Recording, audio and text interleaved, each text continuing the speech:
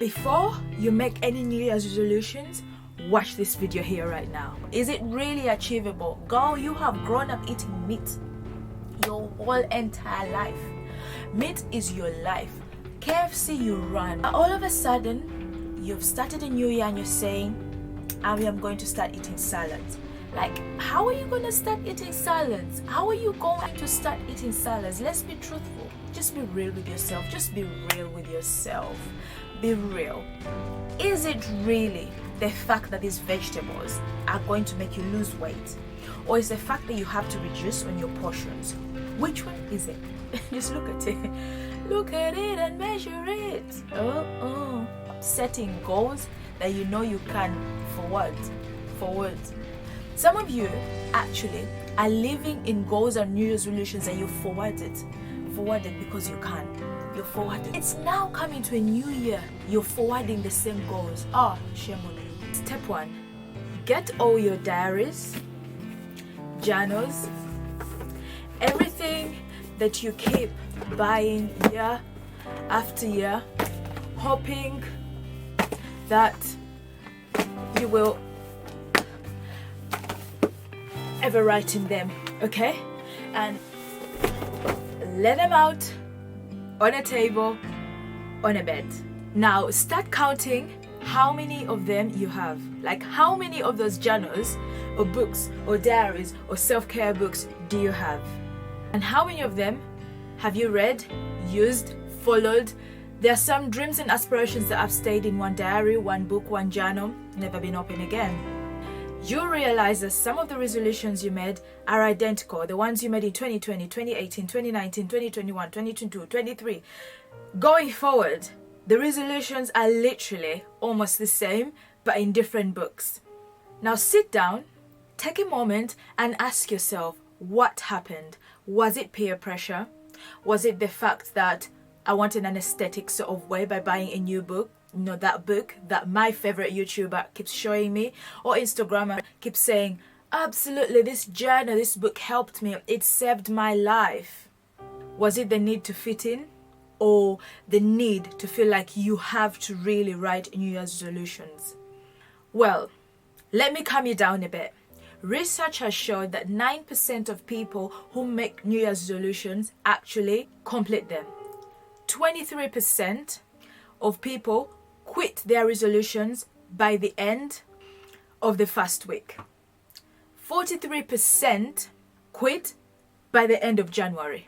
Literally. So before you start feeling bad, take in those statistics. According to Forbes Health, the most common resolutions are improved fitness by 48%, improved finances by 38%, improved mental health by 36%, lose weight 34%, improved diet 32%. I have personally witnessed this at the beginning of the year or in the first month of the year. The gym is always packed. Lots of people in the gym. So many friends of mine are just saying that we're going on, free alcohol January, good diet January, all the time. When it comes to the end of January, I check up on them or I go back to the gym. The gym is weirdly quiet. And my friends who are on diet, who are not having any sort of alcohol, who are eating quite healthy, have ended up giving up. And they've said, you know what, it wasn't sustainable. I'm going back. That's not my life. Every year, you, me, everybody makes New Year's resolutions with the best intentions. The hope that those resolutions become the best version of ourselves. So the question is, why is it so many of us make New Year's resolutions knowing the odds of them, knowing that they are bound to fail at some point? The thing is that the goal itself, even if a little bit ambitious, is not the problem, because we make these goals with the best intentions. The real problem is there's rarely enough support system to put these goals through. For example, rather than thinking that I will just eat a salad and join the gym, it's better if you can just prioritize a different kind of lifestyle that will support you having that healthy food that you want to eat and you going to the gym or achieving any goals that you want to achieve. Think about this. Changing your habits is already a difficult thing. It's not an easy thing. But how you're doing them is what makes it even harder. Because studies go further to say that New Year's resolutions are made from December 31st and they end on January the 1st. New Year's resolutions run for only one day and then they fail. But if we think about it psychologically, the beginning of a new year is often viewed as a new beginning. It's like a time to reflect on the previous year and starting off fresh and being thankful that you are alive and you've got to a new year and maybe new edge. But just because it's a new year, it doesn't mean that immediately or automatically your habits, your everything is going to change. It's just a new year. But regardless of anything I have said, if you are going to go ahead and make New Year's resolutions, a great question to ask yourself when you're starting out is that, do these goals and habits that I'm trying to start, are they sustainable? Rook Williams says, if you can't keep up the routine, then you can't keep up the results. Well, for me, from many studies I have realized, people don't change unless they are ready to change. And New Year's resolutions or starting a new year is just hope that you can change, that you can have a new beginning. But the question is, are you ready for what comes with them? Are you ready for what sacrifice that comes with you starting those new habits? For example, hitting the gym every day so you can get fitter or slimmer offer a big enough benefit. You are willing to give up time with friends, time with family sometimes, or time for you to sleep or stay in. If you haven't committed to that kind of sacrifice, you will not stick to that resolution, because most of the time you start a New Year's resolution or a new habit, but then you forget the time, the work that needs to go into that new habit or the sacrifice. I watched a video on YouTube by I think a lady called Gillian. I'm not quite sure about the name. I'll sort of put it here. And she said something that was very said, take away any friction that you have for any New Year's resolutions that you want to make. And friction means that, like, if your aim, for example, is to go to the gym, before the new year hits, get yourself that membership ready, go to the gym, get yourself the trainer in the gym, and ask them to show you around, know what the weights are, tell them what your goal is and tell them what you think they would recommend. Get familiar with the environment, make sure your key card runs, know where the showers are, the bathrooms are, which doors you have to go in. That way you're prepared, because it is harder for you to go on the first day and things are not working, you're lost, you're walking up and down looking for the room, looking for the bathroom, trying your key card, it can't go through, you don't know who to contact, you go in there, you don't know where everything is. That causes friction, and when friction happens, your goals will end up not sticking. You end up not achieving those things that you want to achieve, or not, getting the results in the gym because of the friction that has been created. However, here are some tips I can offer for you to change the narrative with New Year's resolutions, with starting a new year and saying, these are my goals, these are my ambitions. Because I'll completely be honest with you, I have started making my New Year's resolutions right now. I have created a mood board. I have created, how I want, like, my sort of business, like Instagram. I'm going to know my YouTube, what videos I want to put up, how I want my content to look like, what I want to shoot, where I want to shoot, my own personal life, how many books I want to read, what everything is, my traveling, where I would like to travel, things I want to do. I'm already creating my list now, and I'm trying to build up the habits. For example, with my Instagram, I have already pre-recorded videos that I know are going to come out in January, and we are good to go. I'm making the planning now, and then it will be ready for me to set. When it comes, to my YouTube, I've pre-recorded, I think, like over 5 videos that need to roll through as soon as I can. So I am trying to prepare myself before the year actually comes, so it can seamlessly move into the next year. Tip number 1. I think I've mentioned it throughout the video, just giving hints and hints there, but it is to start when you are ready. Rather than saying to yourself, start New Year's resolutions on the 1st of January, decide to yourself that you change your habits when the time is ready. Just decide that you change your habits, absolutely ready to commit. Remember, if you're not ready for the sacrifice and the hard work, do not commit, because you're going to let yourself down. Now, whether that means waiting a few days before you actually, start your New Year's resolutions or starting them. Focus on improving on what you're already doing. Reflect on what went well in the previous year and decide how you would like to improve on that particular thing. It's very easy for us to get rid of the things that we did in order to bring in new things, but sometimes New Year's resolutions is just improving on the thing that you're already doing, or getting better, or knowing how you can, work more better on that thing, because now that you've got the experience, how can you move from that and get better, higher and higher? When you craft your New Year's resolutions on your past, your previous year, your experiences, it creates a better understanding of what your benchmarks and all your goals should look like or should be. It allows you to craft your New Year's resolutions in a way that they're very specific, measurable, aligned of who you are. We'll talk about that at the very end. Point number 4 is make sure that your goals are aligned with who you are. Your goals will stick if you truly align them with who you are as an individual. What brings you joy? Am I doing them because other people are doing them, or other people are writing them down? Because for this very particular point, it may sound obvious and it may sound as easy as it can. The things that we think are the easiest are literally the hardest, and the ones that we think are the hardest are literally the easiest. But staying to your authentic self as you're making these New Year's resolutions will really help you. For example, one of the most common things is buying journals and saying to yourself, this year I'm going to start journaling. I'll say to me honestly, I'm not a fan of journaling. I've got 3 journals over here. I've tried it. I've really tried it. In fact, I'm even lying. I've got a 4th one somewhere. So there we go. Here is another one. A 4th one. I've tried journaling. I've bought the journals. I've tried every journal that is on the market. And I've said to myself, I'm going to do it. Maybe I need to buy a better journal.